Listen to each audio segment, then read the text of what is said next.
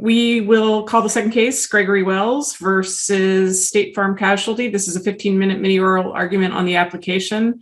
That means, Ms. Patel, you can try and reserve some of your 15 minutes before Mr. Hudson begins. And if you are ready, you may proceed. Hey, good morning, Your Honor. May it please the court, Sima Patel on behalf of Plaintiff FLN. Your Honor, this court granted mini oral argument on the application and asked the parties to brief 4 questions. Before I get into those questions, I want to provide a brief overview of the procedural posture of this case because it's significant. This case is a declaratory judgment action that was dismissed in a pre-answer motion for summary disposition that was brought under 2.116 C8. Now, in this deck action, plaintiff is seeking to hold State Farm accountable for a consent judgment that plaintiff reached with the insureds, with the defendant's insureds. The facts of this case are tragic. As alleged in this complaint, the insureds provided alcohol to minors, and the minors then picked up car keys, went on a joyride, and caused a pretty horrific car crash that results in the death of Michael Wells. The question in this case is whether that car crash was an accident. Under State Farm's homeowners policy, an occurrence is defined as an accident. An accident, however, is not defined. And in this case, where we have allegedly intentional act of giving alcohol, the question is, was that still an accident? And under this court's precedent of McCarn and the cases interpreting McCarn, I think the answer is absolutely yes. We ask that the court adopt now Chief Judge Gleischer's dissenting opinion in the Court of Appeals opinion, which is accurate and thorough, and remand this case for further proceedings on the merits. Now, before I get into the nuts and bolts of McCarn and the application of the cases, I'm going to address the questions that this court has asked us to brief. Ms. Patel, let me interrupt you because we probably can direct you to where we want you to answer our questions if we question you. So let me start with Justice Viviano. No questions at this time, thanks. Justice Bernstein. Hey, counsel, good morning. I have no questions, but I want to say it's nice to see you again. You've had a very active week. Thank you, Your Honor. Justice Clement. No questions right now. Thank you. Justice Cavanagh. I don't have any questions at this time. Justice Welch. Likewise, no questions. Ms. Patel, I have one. I understand that the intentional conduct of the parents is how the defense has been framed, but their son, who was one of the passengers in the car, is also an insured, it looks like, from the contract. And isn't there intentional conduct on his part that's a little bit closer to the car accident itself when he gets in the car with his friends? And if that's not something State Farm has raised, that's a fine answer. But what are your thoughts on his intentional conduct in allowing, I don't know any more facts, but his friends to get in the car after drinking?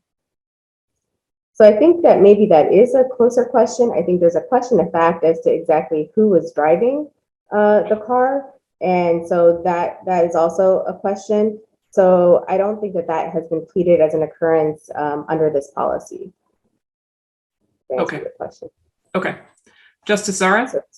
Thank you.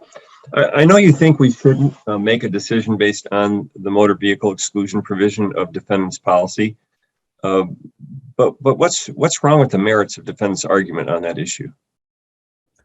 So there's a question of fact as to that go to the merits of that claim.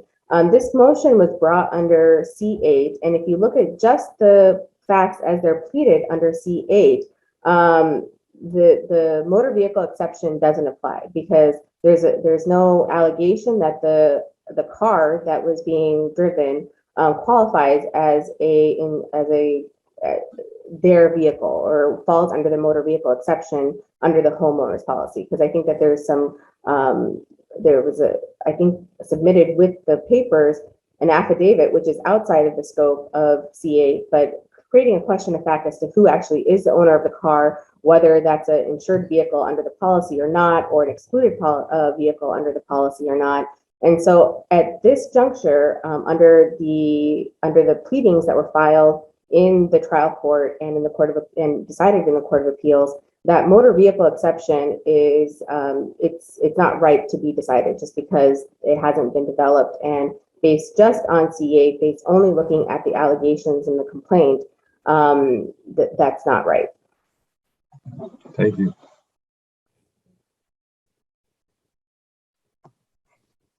Ms. Patel, you may continue and reserve at some point if you would like. Okay, then I will go into the questions that this court asked us to brief in its order granting the mini oral argument. And the first question was whether our complaint in the underlying tort action should be considered a written instrument under our court rules, or a pertinent part of a written instrument such that the allegations in that complaint can be considered under a CA analysis. I think the answer to that is no. The term written instrument is a legal term of art, has a very specific meaning under law. A written instrument usually defines rights or obligations or entitlements or liabilities. A complaint doesn't do that. Examples of a written instrument are a contract or a will or a statute. A complaint, on the other hand, simply makes allegations, and allegations can be pleaded in the alternative. They're not asserted for being established as the truth or established for the established fact. So I think based just on that, the complaint is not a written instrument. The underlying complaint is not a written instrument. Ms. Patel, I appreciate the argument. If it does, I understand defendant's argument to be that knowingly furnished is sort of, the operative phrase. And does it matter whether or not that underlying complaint, the original tort complaint, is a part of the record when the complaint in this case and the consent judgment on which it's based both plead knowingly furnished, right? Yeah, I think that it does become more of an academic argument. Okay. We have pleaded in this case that our claim against the Bobchicks was decided on on social host liability. So that does have an element of knowingly providing alcohol to minors.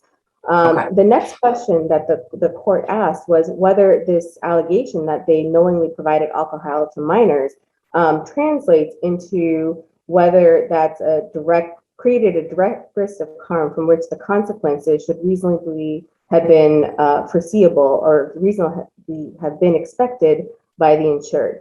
And on this point, both defendants and plaintiffs agree that no, a pleading approximate causation itself does not rise to the level of pleading that there was a direct risk of harm created that from which the insured should have expected the result.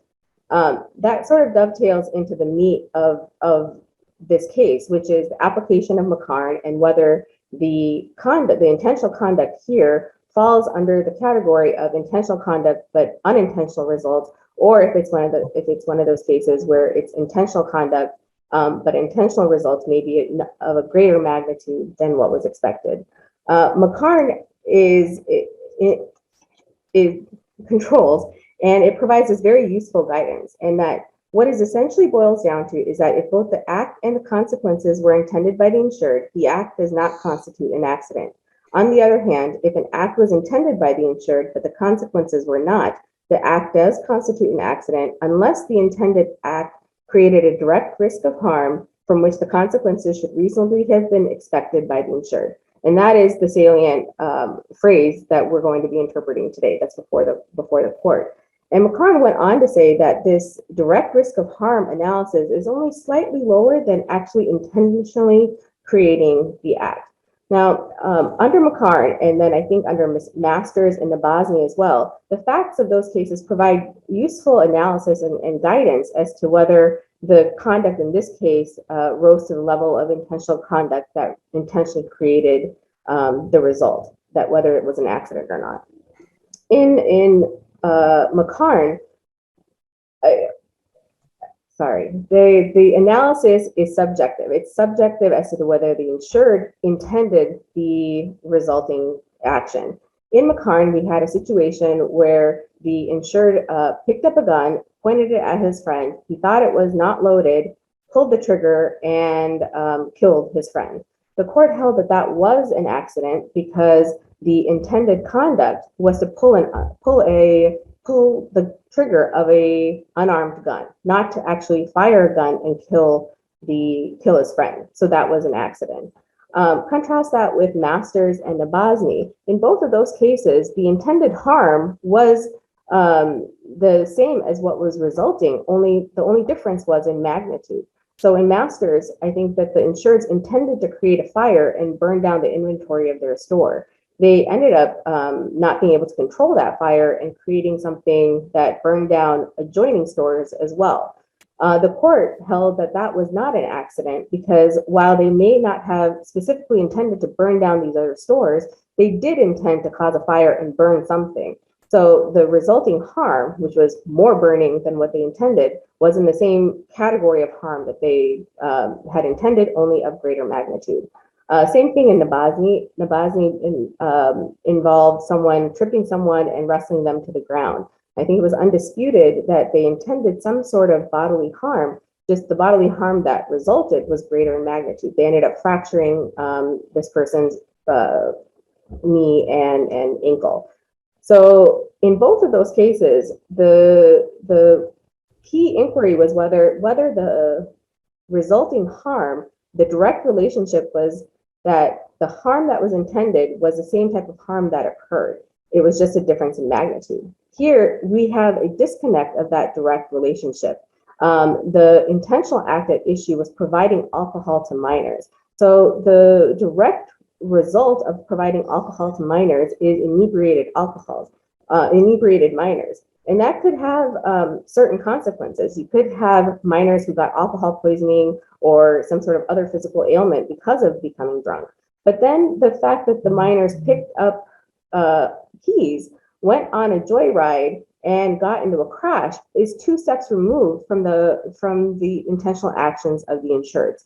So because there is a disconnect from the direct relationship, that the harm, that the intentional, that the harm, the consequences that occurred are of a different type and kind that were intended. So it falls outside of the scope of intentional conduct under McCarn and is it is an accident and should be covered under the insurance policy. Unless the court has any other questions, I'll reserve the rest of my time for rebuttal. I have a question, getting back to my prior inquiry, and I didn't want to interrupt you while you were talking about McCarn, but I mean, there's really no question that the homeowner's policy and the consent judgment entered by the trial court in plaintiff's underlying action against the insured are part of the pleadings. Would you agree with that? I'm sorry, sir, say that again, Judge? The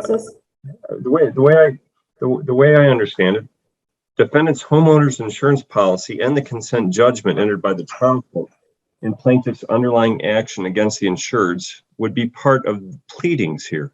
Would you agree with that? I would agree with that, yes. Okay, so if that's the case, is there not an open question on the policy exclusion for bodily injury arising from ownership of a motor vehicle? Is that a question that's worthy of remand? I think it is a question that's worthy of remand because we don't know what the motor vehicle exclusion applies to vehicles that are owned or driven by an insured in the household, I believe. And that's a question of fact. I mean, if you look at just the pleadings themselves, that hasn't been sussed out.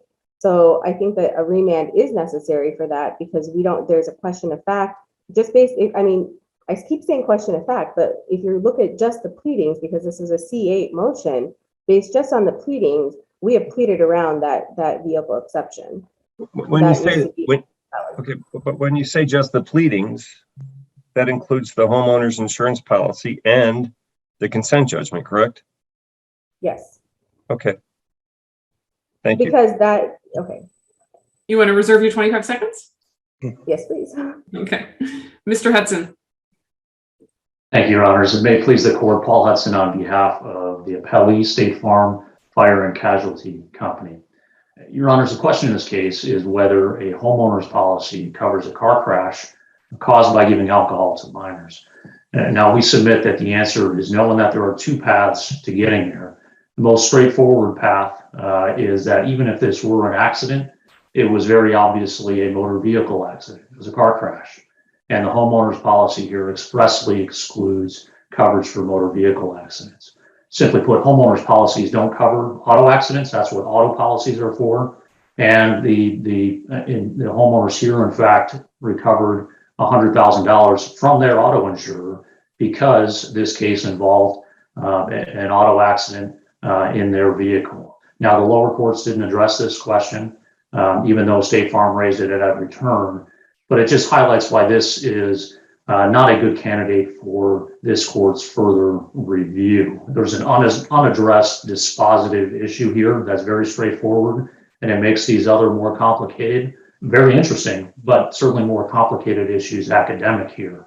Court of Appeals decision is unpublished and non-binding in any future case, so we submit that the easiest and most appropriate course here is to simply deny leave to appeal, save these issues for another day. Now, that's obviously up to the court to decide there. The second path is the path that both the trial court and the Court of Appeals here took, and that's that giving alcohol to minors is not an accident within the meaning of a homeowner's policy.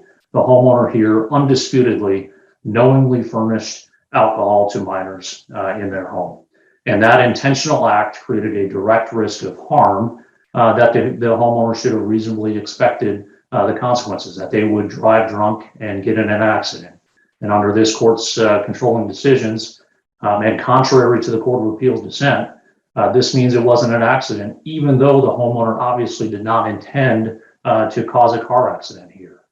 So if the court does reach this issue, we ask the court to affirm the decisions below, and I'm happy to take the court's questions. Thanks, Mr. Hudson. Justice Viviano.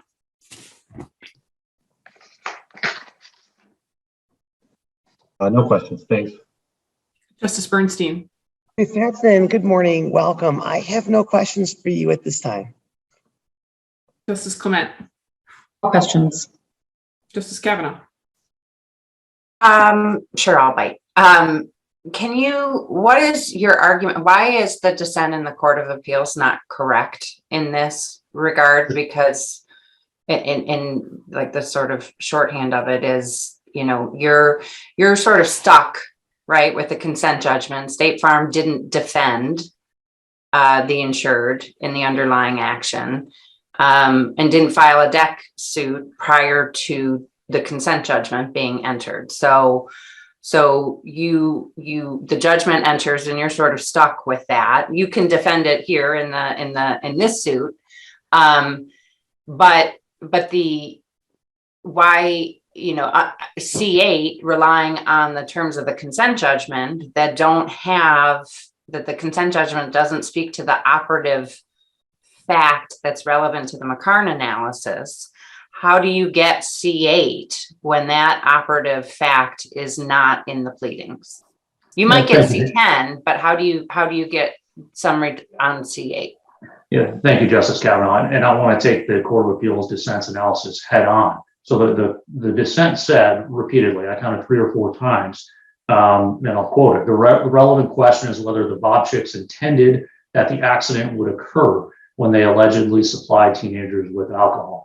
That is directly foreclosed by this court's controlling precedent. The rule is that there was no accident if the consequences of the insured's intentional act either were intended by the insured or reasonably should have been expected because of the direct risk of harm intentionally caused by the insured's actions. Every single one of these cases involves a situation where there's some act by the insured and then some unintended consequence from that act. That's the whole point of all of these cases. So none of these cases hold that it's sufficient to say, I didn't anticipate, or I'm sorry, I didn't But intend to cause the ultimate harm. don't the facts of how this alcohol was provided and how they had access to the car and all of those type of things, you might be right. But in all those cases, we knew the facts of that. We don't know the facts underlying the knowingly provided and whether or not that's a direct getting in the car or the accident being a direct consequence of it. There may be facts to be developed on this record that would suggest that it does meet the standard under McCarn. But on the consent judgment and the allegations of this complaint, we don't have any facts regarding the knowingly provided. What we do know inescapably, based just on the pleadings in this case, is that these homeowners knowingly furnished alcohol to minors. We know that because the plaintiffs have alleged that expressly in all of these documents, right? What if the facts were that they knowingly provided alcohol to these minors? They said, you get to drink at our house, or, as long as you stay here. And maybe they locked up all the keys, they bolted the door, they put the alarms on, like these kids were not gonna leave. So they knowingly provided alcohol, but it's not necessarily a conclusion that the accident would have been a direct result of their conduct, right?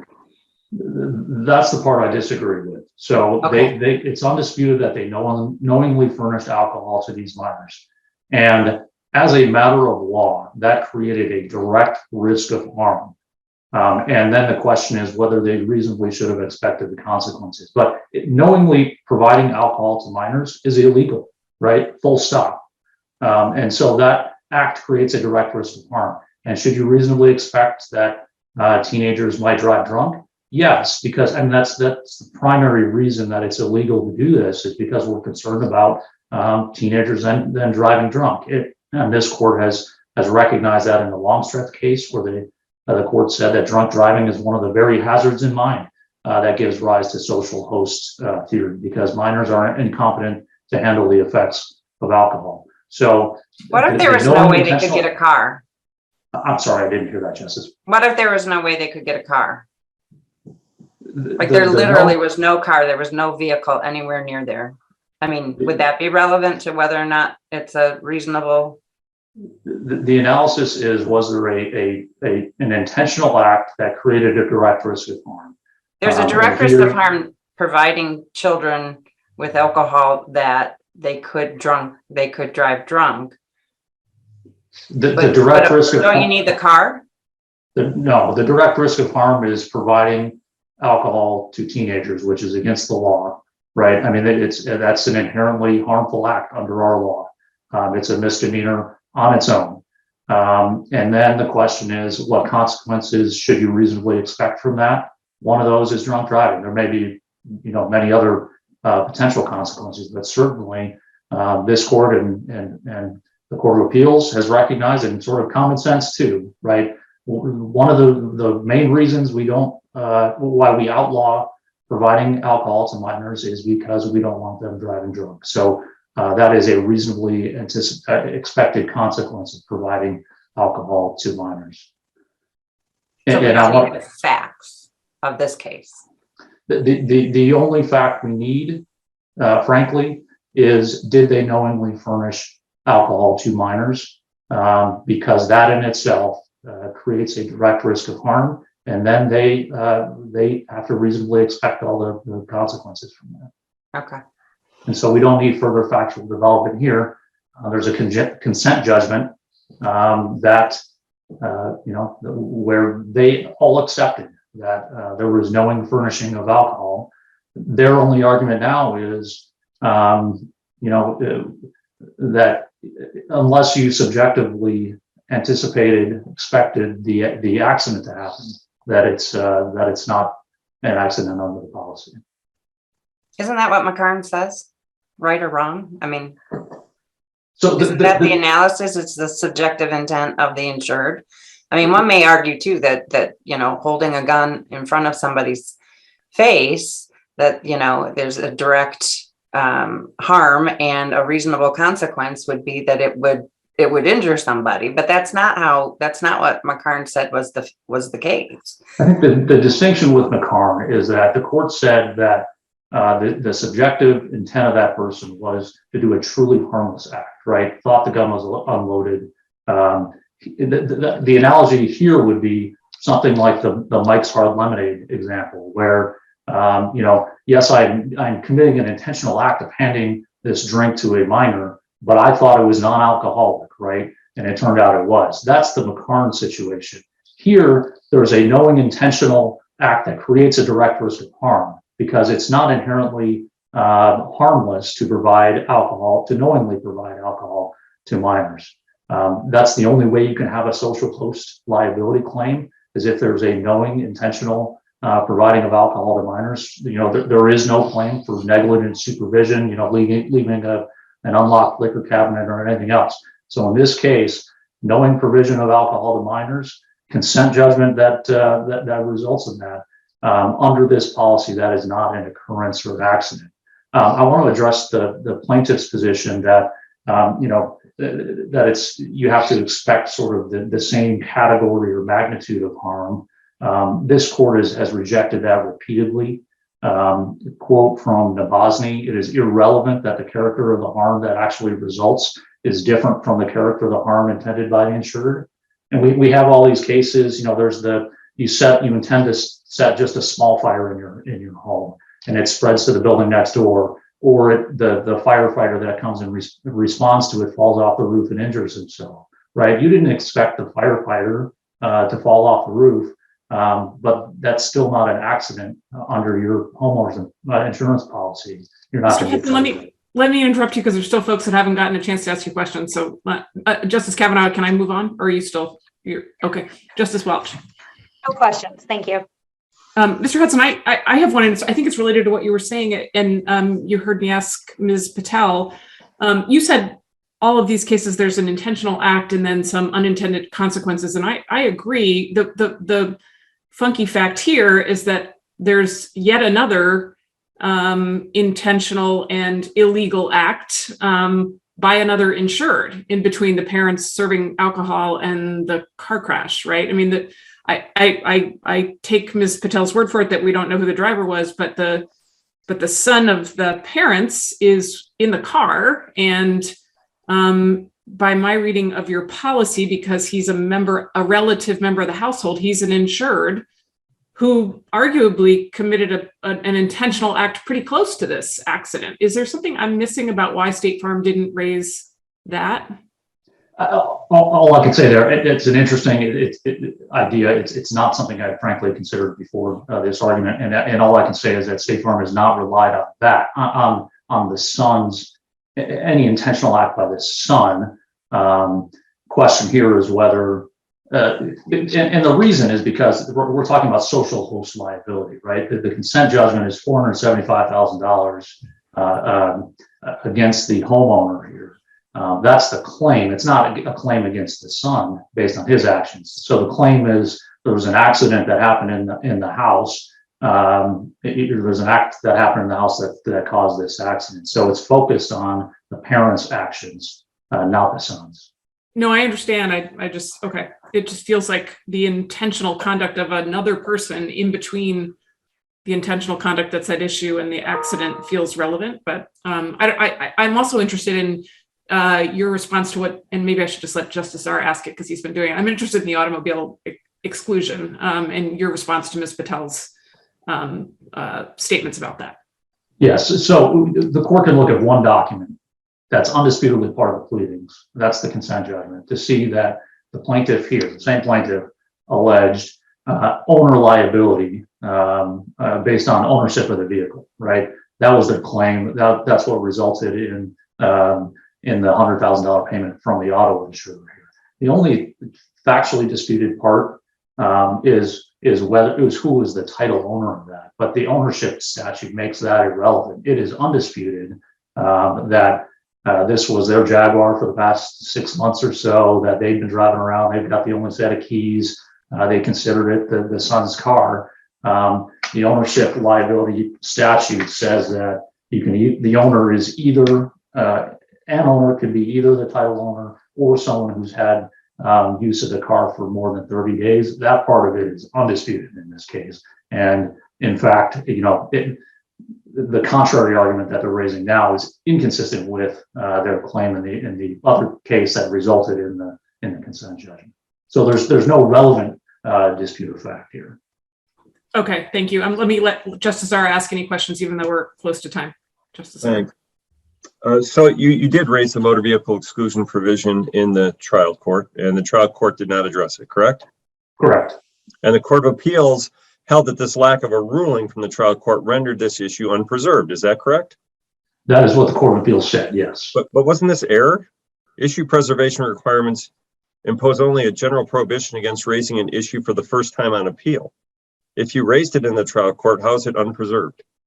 I agree with you. The issue was preserved in the trial court, raised again on appeal. Preservation doesn't turn on whether the trial court actually addressed a preserved issue. So the Court of Appeals was wrong about that, yes.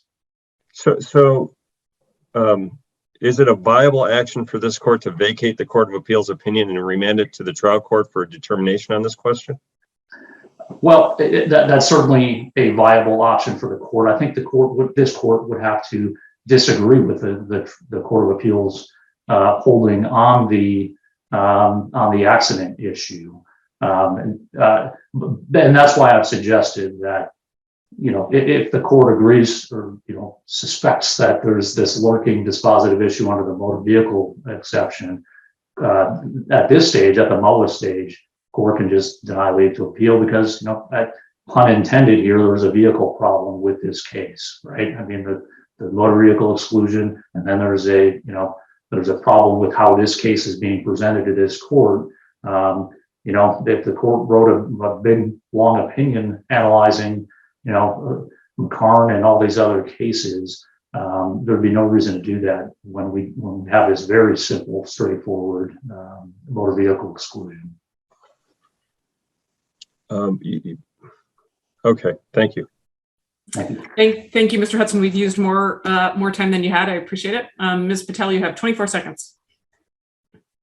Okay, really quickly, Your Honor, on this motor vehicle issue, I disagree with Justice Zahra and with defense counsel that this consent judgment somehow is dispositive on the issue of whether or not the insureds were owners of that motor vehicle and or the son was driving and or involved with the motor vehicle. The consent judgment, all it does is settle the claims that the estate brought against the Bobchicks. Now, what the factual, it doesn't make any type of factual declaration that this has happened. So although the claim against the Bobchicks for under the owner liability was settled, there's no declaration or factual determination that it was settled based on the owner liability or that they were declared to be owners of the motor vehicle, etc. The consent judgment just doesn't do that. So in this case, where we are litigating those issues afresh, because the consent judgment, all it does is resolve the claims against the Bobchicks. Those are still factual issues that have to be sussed out in discovery and in this case. And if we're looking at this motion, which was brought pre-answer in C8, these issues have not been, there are no factual determinations on those issues. So with that, unless the court has any questions. Thank you, Ms. Patel. The case will be submitted. Thank you both.